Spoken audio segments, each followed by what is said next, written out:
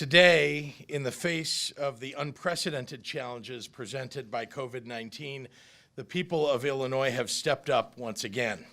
Our innovative biotech companies and state-of-the-art manufacturers are teaming up with the state of Illinois to ramp up production of personal protective equipment, also known as PPE, through a newly launched alliance, the Essential Equipment Task Force.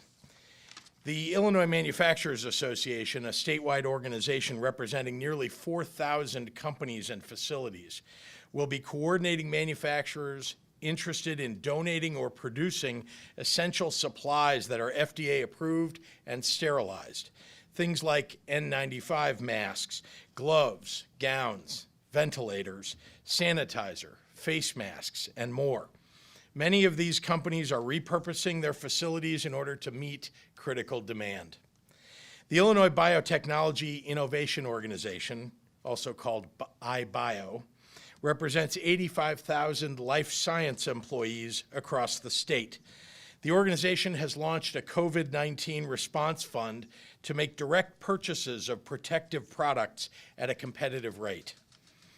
Going forward, the Essential Equipment Task Force will work with the Illinois Emergency Management Agency to scale up to mass production of the FDA-approved PPE that Illinois healthcare workers need. I'm incredibly grateful to and proud of these Illinois organizations for stepping up to this moment.